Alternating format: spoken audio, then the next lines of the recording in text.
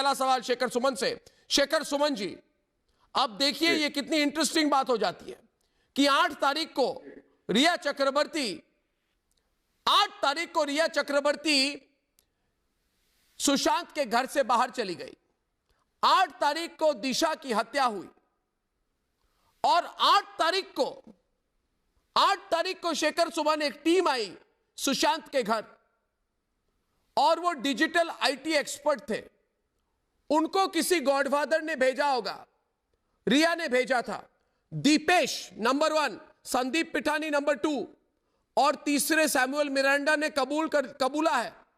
पूरा कबूलनामा सीबीआई के सामने है कि ये लोग आकर जितनी डेटा थी कंप्यूटर में, जो लिखा हुआ था, पूरी मेमोरी 8 हार्ड ड्राइव में वो लोग निकल गए।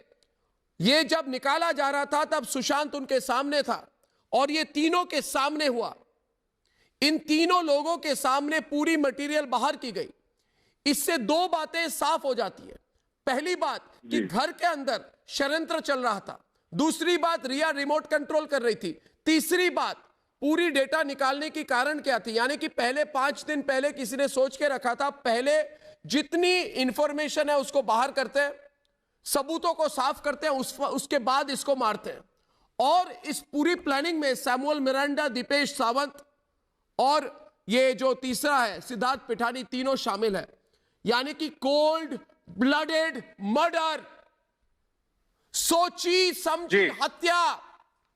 शेखर सुमन जी, ये आपसे जो हम ये पहली बार अरेस्ट करने का टाइम आ गया। अर्नब, आपसे जो पहली बार मुलाकात हुई थी, रूबरू हम हुए थे जब ये हम बातचीत कर रहे थे, उस वक्त अगर आपको ध्यान रहे तो ये बात मैंने कही थी कि this seems like a clear cut case of pre meditated cold blooded murder. मैंने उस दिन ही कहा कि ये बिल्कुल हत्या ही है और आत्महत्या ये हो ही नहीं सकती। किसी भी कोण से, दृष्टिकोण से ये आत्महत्या नहीं हो सकती। लेकिन देखिए, बात सिर्फ कहां से शुरू हुई थी? बात सिर्फ और सिर्फ आत्महत्या से शुरू हुई, हत्या पे आई, मर्डर से double murder, nepotism, gangism, money embezzlement, fraud, drug cartel, underworld mafia, orgy, rape parties, paedophile. ये बात CBI, Mumbai police, Maharashtra police, Bihar police, supreme court, अब मतलब ये कहां तक ये अब ड्रग कार्टेल। इसमें शुरुआत जब कहानी की हुई थी, इसमें सिर्फ एक किरदार था, वो सुशांत। अब इतने सारे इसमें कैरेक्टर्स आ गए हैं, हर रोज नए किरदार जुड़ रहे हैं, हर रोज नई एक चीज बाहर निकल के आ रही है, नए सुराग, नए तथ्य। दिमाग जो है वो बिल्कुल सुन्न हो चुका है कि जो कहानी कहां से शुरू हुई थी वो कहां तक पहुंच गई। बात सिर्फ फांसी से हुई थी और अब बात फांसी की ओर जा रही।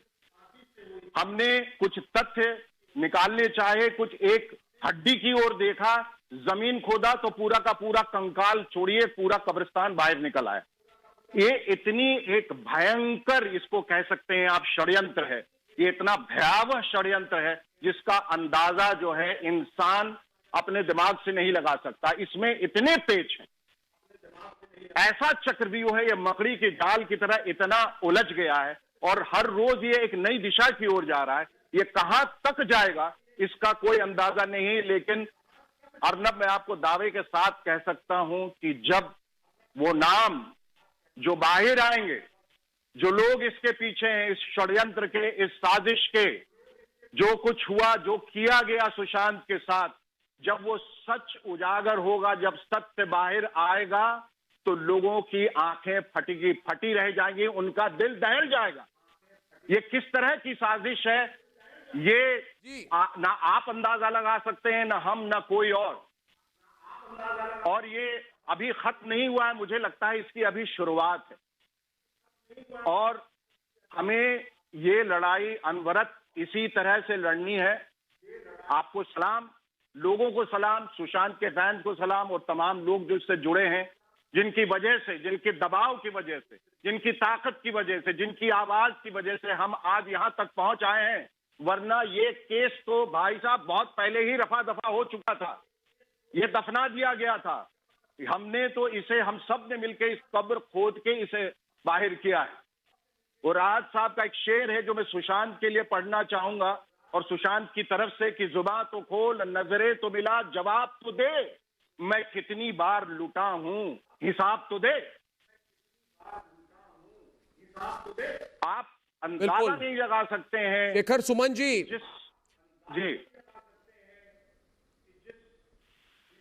जी मैं ये कह रहा हूं कि रिया ने आईटी प्रोफेशनल को भेजकर सुशांत के घर पे क्लीन अप क्यों करवाई?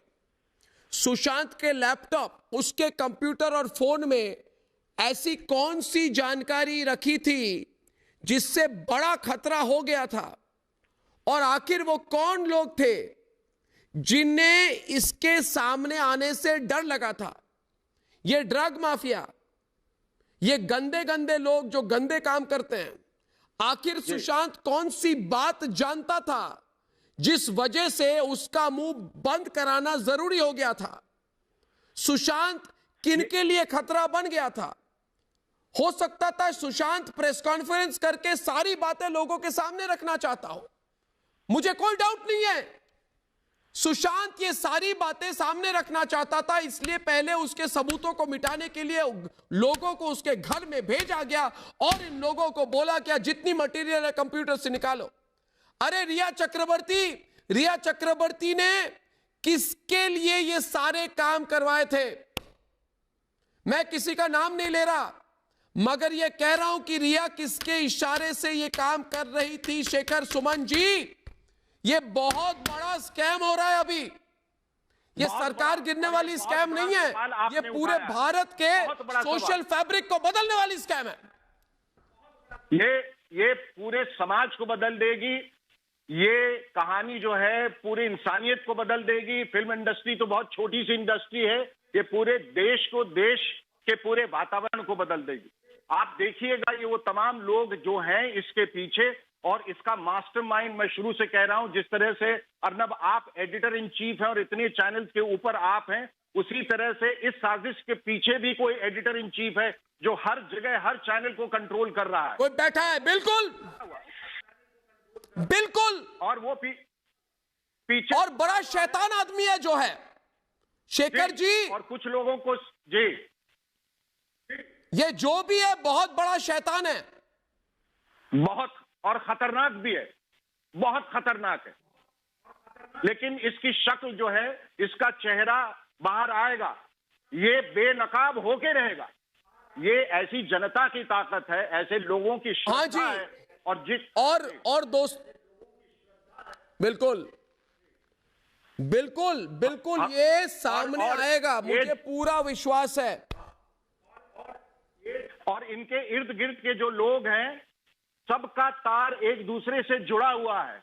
एक सिरा अभी पकड़ आ गया है, ये सिरा जुड़ा हुआ है, बिल्कुल लेके जाएगा जी। ये सिरा सब उस मास्टरमाइंड तक ले जाएगा 100%। वो दिमाग जो इसके पीछे है, वो चेहरा जो छिपा हुआ है, वो 100% जो लोगों को स्केपबोर्ड बना के आगे कर रहा है, इसमें कुछ बेगुनाह भी मारे जाएंगे, लेकिन गुनहगार बच के नहीं जा सकता। गुनहगार पकड़ा जाएगा, देर सही, लेकिन वो पकड़ा जरूर जाएगा। आप जिस तरह से इसका पर्दाफाश हर रोज कर रहे हैं, जिस तरह से लोग कर रहे हैं सोशल मीडिया पे, करेंगे, जैसे हम सब कर रहे हैं, वो बच के नहीं जा सकता।